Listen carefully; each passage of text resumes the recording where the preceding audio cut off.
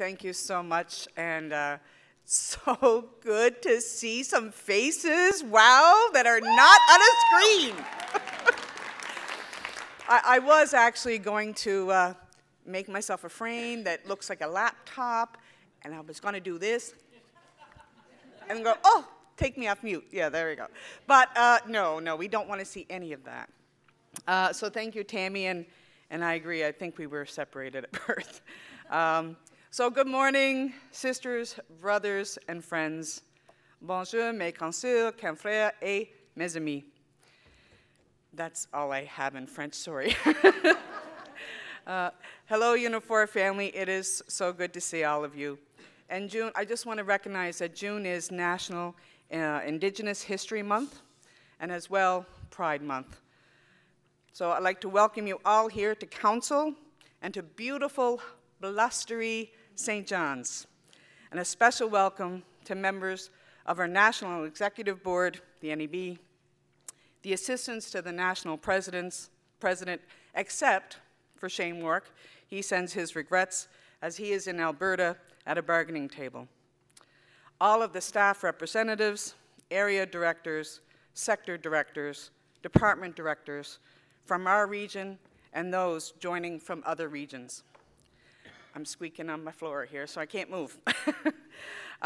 Welcome to my fellow regional directors, Noreen Rizvi, who is coming later today, and Gavin McGargle from out west. And the newly elected Quebec director, Danielle Cloutier.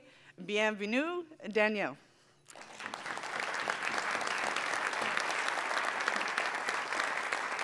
And no stranger to these parts, our National Secretary-Treasurer, Lana Payne.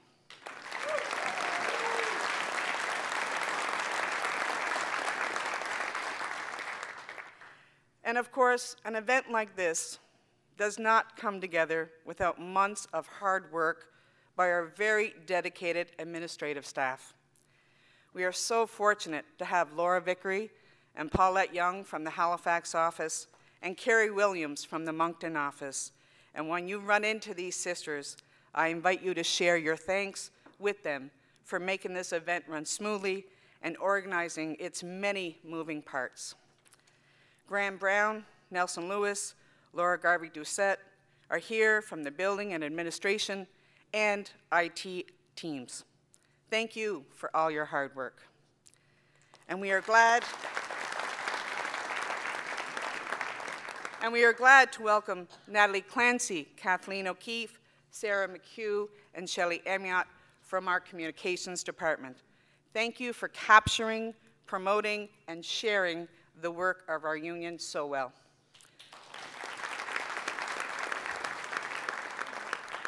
It takes an entire team to move a union, to make a union run, and we are fortunate to have so many dedicated and skilled staff here in the Atlantic and across the country. It's been 3 years since we last gathered in person for an Atlantic Regional Council, although I thought it was 2, which seems wrong, but it isn't.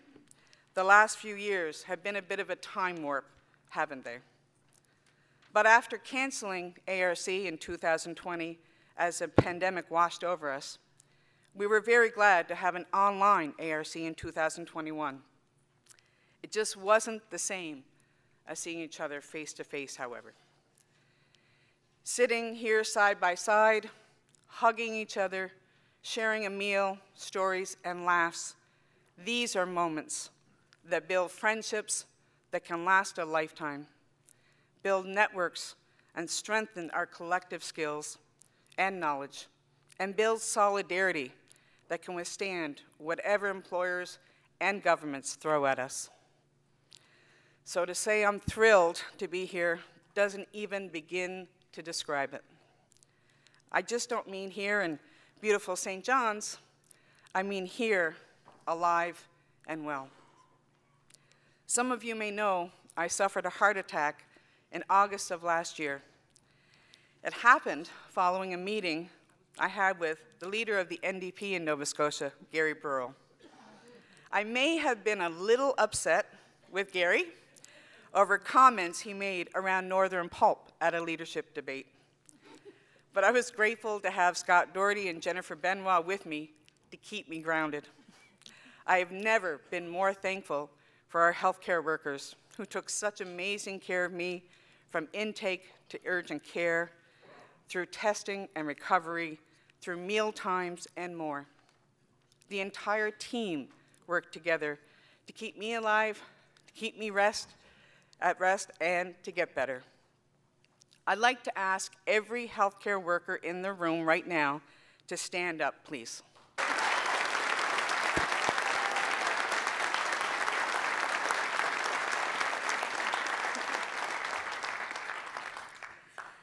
Your dedication is something we all witnessed the past few years. I have to mention Josephine Barron from Local 4600, because she is a wonderful example of this dedication to her work. She actually took a helicopter to go to work because of flooding in northern Cape Breton.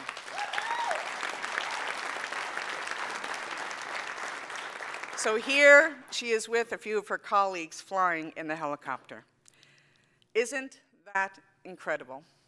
Nothing stops a healthcare worker, not a flood, not even a pandemic. Healthcare workers shouldered the heaviest of this pandemic, from facing the unknown in those early days, weeks, and months, to knowing you were facing great personal risk without adequate personal protective equipment, to dealing with intense workloads and suffocating staff shortages. You were forced to be brave because our governments have been neglecting our healthcare system for years.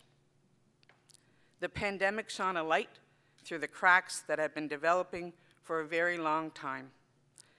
Cracks that you saw, that you rang alarm bells about, that you and your union pleaded with government to fix. None of us can allow this neglect for our public health care to continue.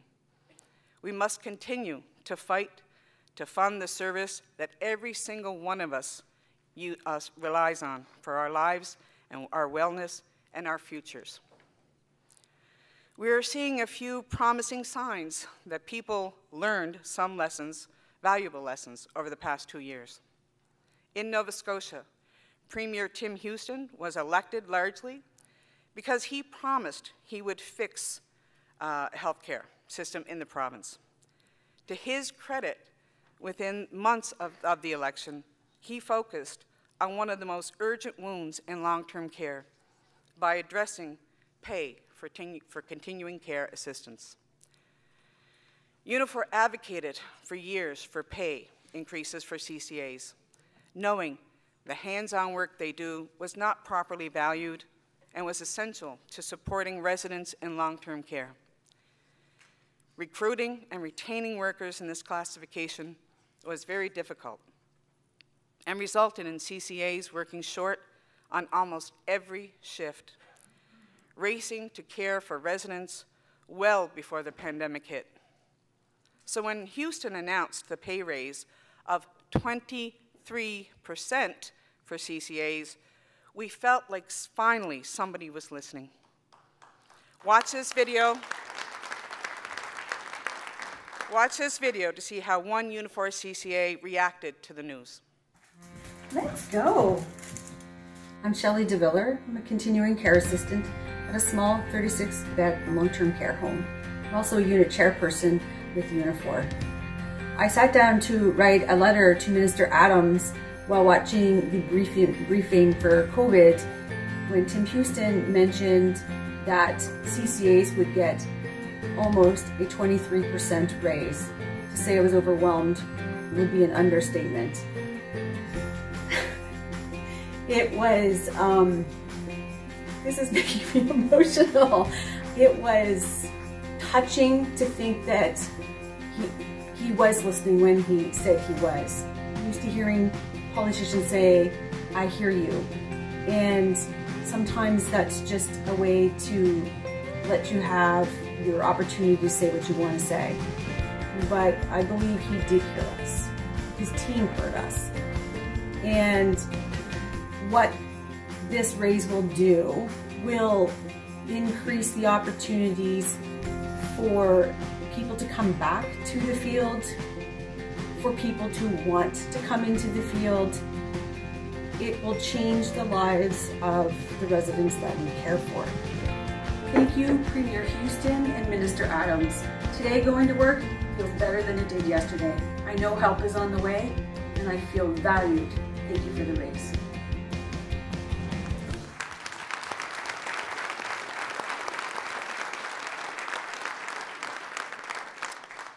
Yeah, that was wonderful, wasn't it? And thank you, Shelley, for sharing your story. Premier Houston made the wage increase announcement in February.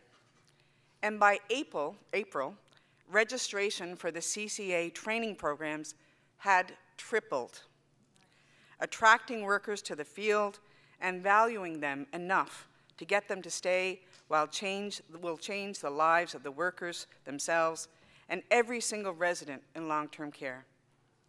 More provinces need to follow Nova Scotia's lead and invest in the people who care.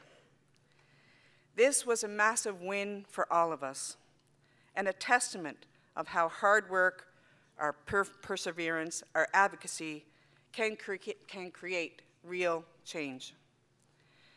We know more work needs to be done to raise wages across the board. Since the MacNeil's government introduced Bill 148 in 2015, all public sector workers have had their wages suppressed by this legislation, which imposed a non-negotiated wage settlement on healthcare workers, on paramedics, on public defenders, administrators, you name it. Unifor, along with 7 other unions representing 70,000 public sector workers across Nova Scotia, had requested to have an unjust legislation overturned by the courts. In August of 2015, the union served notice of intended action in Nova Scotia Supreme Court, in which we claim Bill 148 contravenes the Charter of Rights. Since then, the province has delayed the proceedings through every legal maneuver they could muster, wasting hundreds of thousands of public dollars in the process. Friends, we must tell Tim Houston to repeal this bill and set a new tone for labor relations in Nova Scotia. There is a petition on Unifor website that you can sign and send a message to your MLA and the PC government to repeal Bill 148. Please send a letter today and encourage your friends, family, and colleagues to do the same. Here in Newfoundland and Labrador, we've been watching closely as Premier Furey assembled a team to re-envision the province's economic plan, and he and his team called the Big Reset.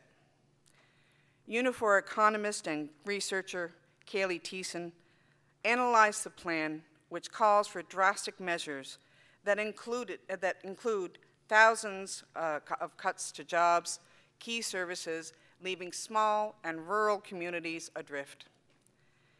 Evidence from other jurisdictions clearly shows that creating higher quality employment and investing in stronger public services would grow the economy and make higher levels of debt more manageable.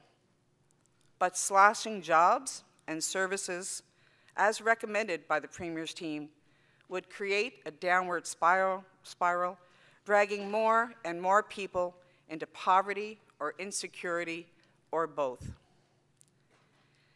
Kaylee led Unifor's contribution to a coalition of unions and progressive organizations in pushing back against the proposed cuts. I firmly believe her expert analysis and loud and sensible collective opposition to the Big Reset contributed to the Premier's most recent budget, which was more tame than we expected.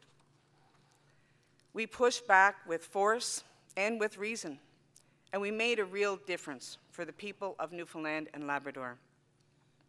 Tomorrow, you'll hear more from Mary Shortle, Newfoundland Labrador's Federation of Labor President.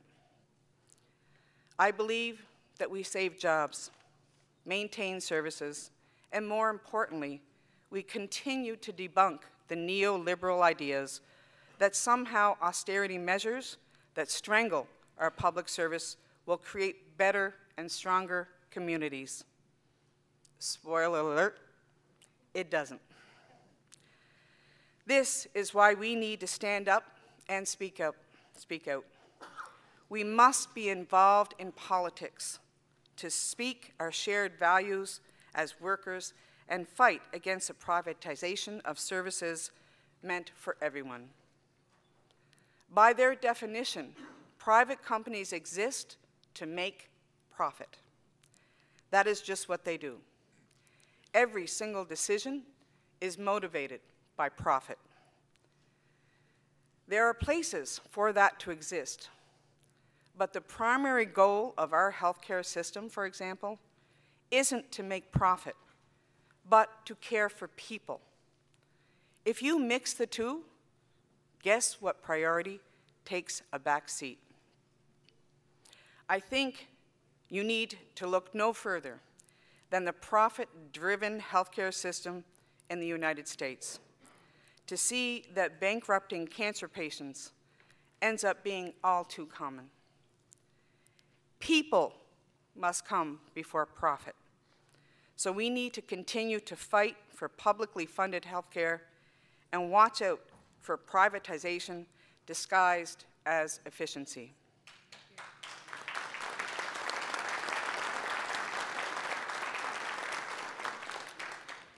Public services exist to make our lives better and safer, and to use the power of our collective resources in ways no company can.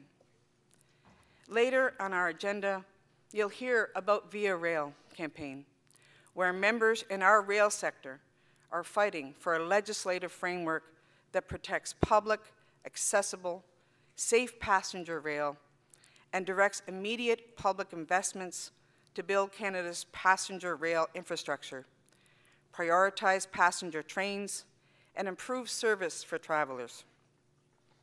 Safe and sustainable rail can help power the world out of economic, climate, and social crises we face today.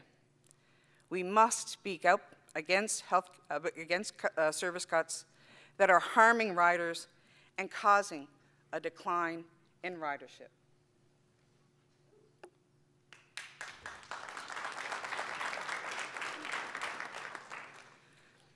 Doug Ford, Premier of Ontario, has made it very clear that he plans to increase privatization of healthcare services. He was just re-elected last night. I'm sure many of us were watching. And that poses great risk to our brothers and sisters in Ontario, but also to each and every one of us. If one province, our most populous province, decides they can siphon public money into private pockets through our healthcare system, others will follow. We made it very clear to Premier Furey, and I have personally written to Premier Houston in Nova Scotia, that our healthcare system is not for sale. With an aging population, demand for healthcare will increase over the next several years, and hawk-eyed investors see opportunity there to take valuable and in-demand service and use it for personal gain. That is not the Canada we want, and that is not the Canada we aspire to be. The solution is to innovate and invest in healthcare. We need to push every premier in this region to recruit healthcare workers, to pay them well, and to respect them at work, and to approach backlogs in surgeries with long-term views of reducing wait times, increasing access to services, and focusing on the health and well-being of every Canadian. This is why our union gets involved. There must be a collection of loud voices to oppose the drive to make profit at all costs. You have a voice. All of us in this room have a louder voice. And together, with the hundreds and thousands of members in this union, we can protect what is collectively ours and build a brighter and more equitable future. Incredible things happen when workers get involved. I'd like to give a special shout out to Angela Downey from Local 4606 for stepping up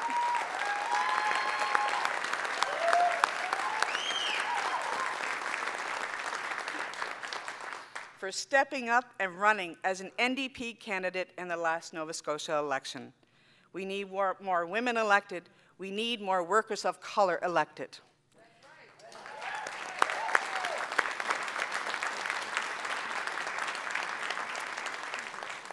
It takes courage to run for office. So Angela, on behalf of our entire union, thank you for putting your name on the ballot and running a strong campaign. Okay.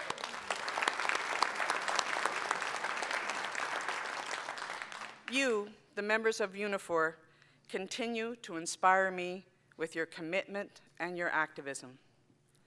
Members of Local 440 are still fighting to protect their pensions for the workers at the idled Northern Pulp Mill.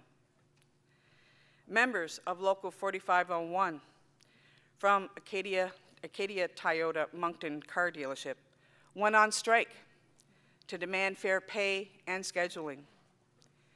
3 of these members were actually struck by a car while on the picket line. Thankfully, they only suffered bumps and bruises, but obviously there was potential for so much more.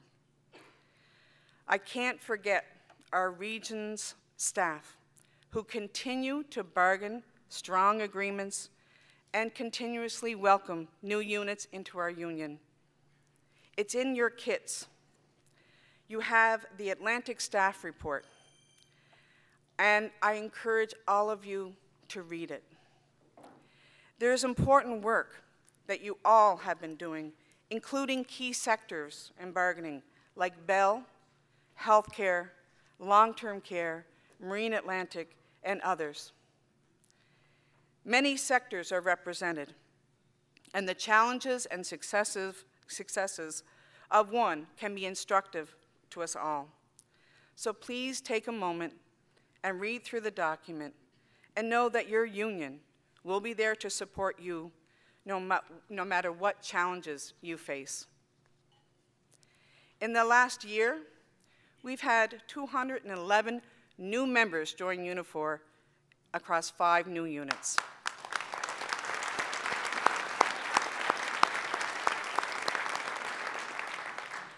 Cabot Manufacturing in Point Tupper, Nova Scotia, 65 new members. And I believe we have 1 member from this unit here with us at council. Can you stand if you're here, brother? Maybe? No? Okay, I don't have my glasses on. Okay, well, welcome, brother, wherever you are. O'Regan's BMW, Halifax, Nova Scotia, 21 new members. East Coast Metal Fabrication, Edwardsville, Nova Scotia, 61 new members. Extended Stay, St. John's, Newfoundland, 15 new members. Strategic Aviation, Halifax, Nova Scotia Airport, 49 new members. Welcome to Unifor.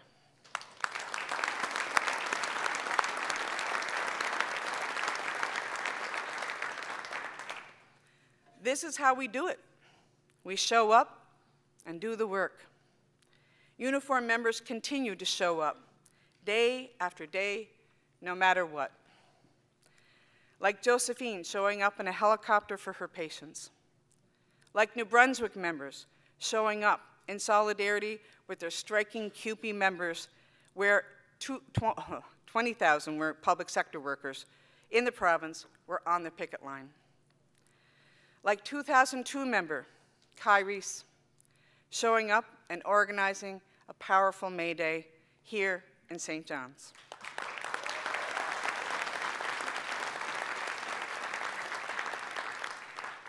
Like our aerospace members showing up to a federal lobby, bringing concerns about their sector directly to those in power. Like meeting with opposition parties, like Mike McMullen and I did with the Green Party leader in New Brunswick. Like fighting for anti-scab legislation. Remember, it was just over a year ago that Unifor launched our anti-scab campaign, a campaign largely because of what happened here in Gander. And today, we can take credit for forcing the issue into the federal election platforms. Now, with the NDP and Liberal Alliance, we have clear federal commitment to anti-scab legislation, the first step to ensuring this legislation is in place in every jurisdiction in Canada. This advancement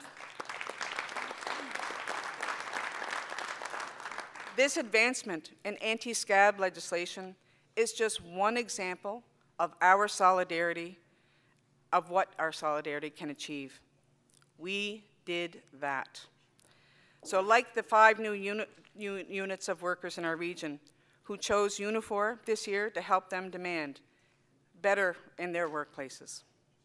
Like every single one of you who showed up here today participating in the union's democratic event. Time is the only non-renewable resource. And the time you spend showing up for your colleagues in the workplace, showing up with your local, showing up for your committees and education classes, showing up for your brothers and sisters across the country is time that is spent building safer and better world. Thank you for every time, every day that you show up. I know much of this work of the union can be thankless. I know you may be weighed down at times by complaints, by workplace struggles, and by those who don't yet understand how the union benefits them. But throughout this council, I want you to hear me thanking you for every victory and every step forward we make. Because this work cannot be accomplished alone. Working together isn't always easy.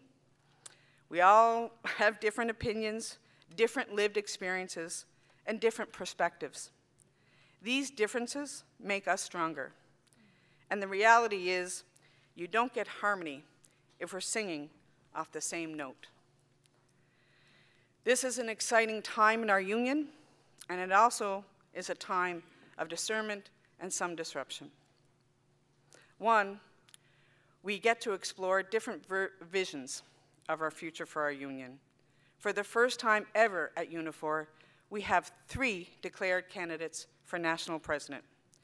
And you will get to hear from all 3 of them later today as they speak directly to you about what they would choose to lead Unifor in 2023 and beyond.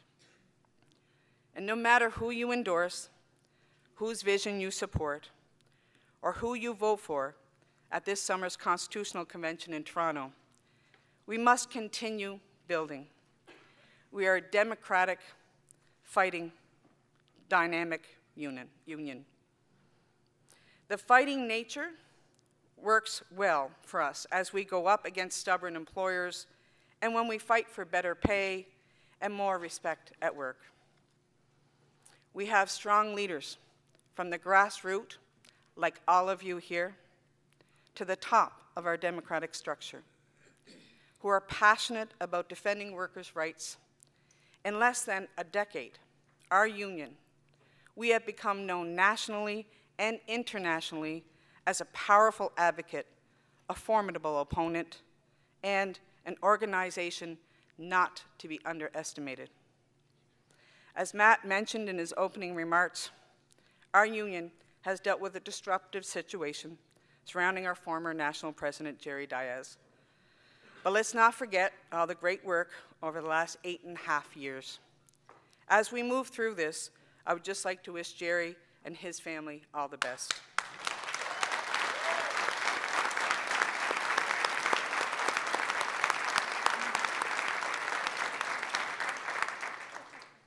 One thing I've learned throughout the challenges we have faced is that the work of our union never stops.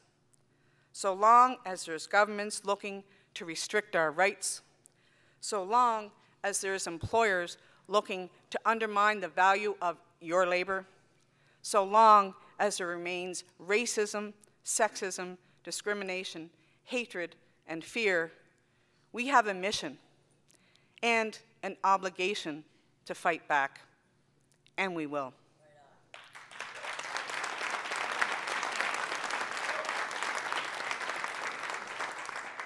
I want to thank all of you for showing up here in beautiful St. John's to get back to fighting for the future we want and we deserve. Solidarity, my friends, merci.